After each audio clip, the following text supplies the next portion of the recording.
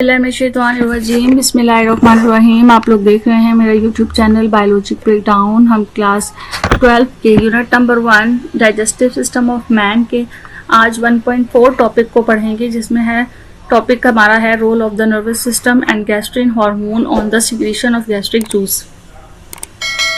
तो हमें यहाँ पर जो है वो ये देखना है कि जो हमारा बेसिकली हम डाइजेस्टिव सिस्टम पढ़ रहे हैं, तो हम यहाँ देखेंगे कि डाइजेस्टिव सिस्टम में जो नर्वस सिस्टम है उसका क्या रोल होता है और जो हार्मोनल सिस्टम है उसका क्या रोल होता है और उनकी बेस पर किस तरह से गैस्ट्रिक जूस जो है वो सिक्रीट होते हैं। सबसे पहले आपको यहाँ पर ये इन्फॉर्मेशन दी गई है कि तकरीबन 2 से 3 लीटर जो है वो गैस्ट्रिक जूस प्रोड्यूस होते हैं per day and both nervous और hormonal mechanism regulate gastric secretions. और नर्वस सिस्टम भी और हार्मोनल मैकेनिज्म भी इन गैस्ट्रिक सिक्रीशंस को रेगुलेट करते हैं। Hormones that regulate stomach secretions include वो हार्मोन्स जो कि स्टमक सिक्रीशंस को रेगुलेट करते हैं। उसमें गैस्ट्रिन हार्मोन होता है, secretin, gastric inhibitory polypeptide and cholecystokinin hormone CSK जो है वो मौजूद होता है।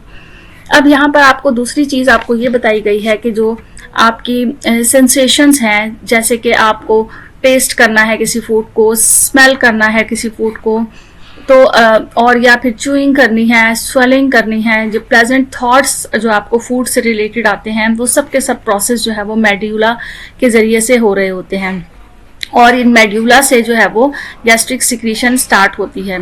फिर neuronal stimulation of the stomach mucosa result in the secretion of एसिटाइलोकोलिन।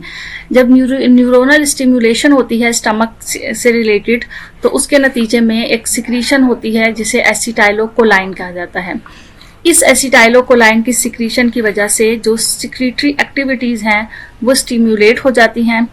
और 2 सेल्स होते हैं, पेरिटियल और चीफ सेल्स। ये पेरिटियल और चीफ सेल्स जो है वो ये स्टिम्युलेट होते हैं एसिटाइलोकोलाइन से and stimulate the secretion of gastrin, और एक सिक्रीशन को स्टिम्युलेट करते हैं जिसे गैस्ट्रिन कहा जाता है, जो कि एंडोक्राइन सेल्स से सिक्रीट होती है।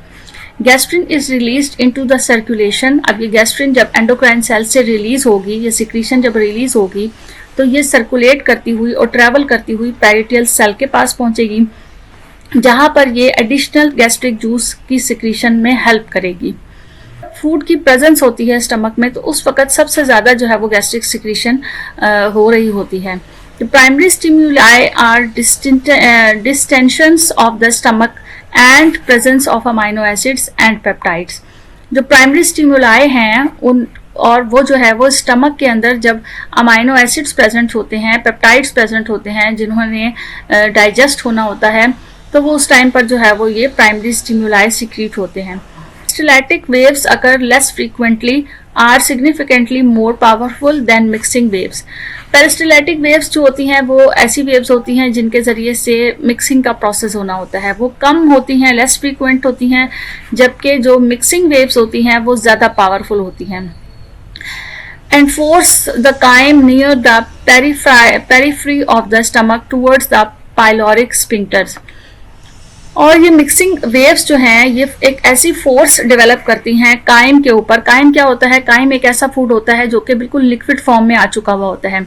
तो उस फूड के ऊपर जो कि लिक्विड फॉर्म में आ चुका है, अच्छी तरह से डाइजेस्ट हो चुका है, उसके ऊपर ये मिक्सिंग वेव्स जो है ये एक फोर्स प्रोड्यूस कर रही होती हैं जो कि पेरिफेरी ऑफ द स्टमक में होती हैं और पाइलोरिक स्फिंक्टर्स की तरफ उसको मूव करवाती हैं। The pyloric sphincters usually remains partially closed because of mild tonic contraction. और ये जो पाइलोरिक स्फिंक्टर्स है ये चूंकि स्मॉल इंटेस्टाइन और स्टमक में जाने का एक रास्ता है, तो ये आमतौर पर क्लोज होता है। Peristaltic contraction is sufficiently strong.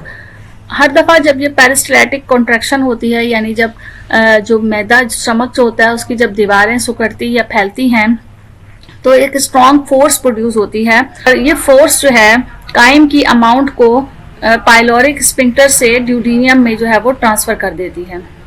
यानी जब ये फोर्स जो है वो प्रोड्यूस होती है, पेरिस्टाल्टिक कॉन्ट्रैक्शन होती है, तो एक ऐसी फोर्स जो है वो प्रोड्यूस होती है स्मॉल अमाउंट में, जो कि काइम को पाइलोरिक स्फिंक्टर से,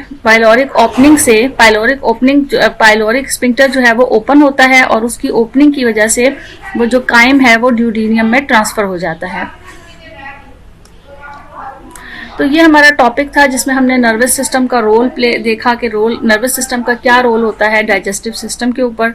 नेक्स्ट टॉपिक हमारा स्मॉल इंटेस्टाइन का होगा। साथ रहिएगा इसी यूट्यूब चैनल पर। Thank you so much. अल्लाह हाफिज़।